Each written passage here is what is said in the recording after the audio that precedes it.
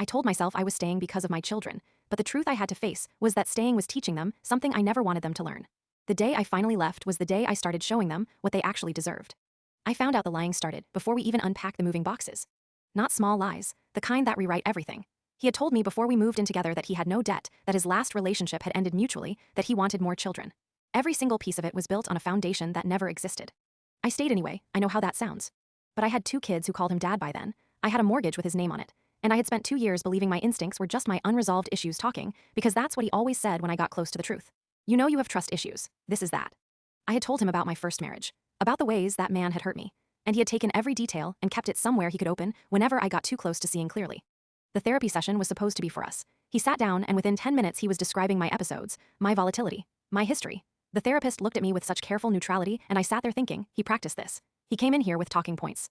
He threatened the kids twice in that same week. Once in front of them, which I will never forgive.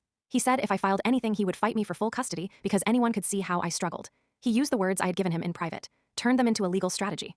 I called a divorce lawyer on a Thursday. She sat with me for an hour and walked me through every single option without once looking at me like I was foolish for not calling sooner. That patience was its own kind of gift. The process was hard, I will not pretend it wasn't.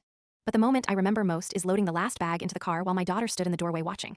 She was 9. She didn't say a word. She just nodded, slightly, like she understood something she hadn't been told.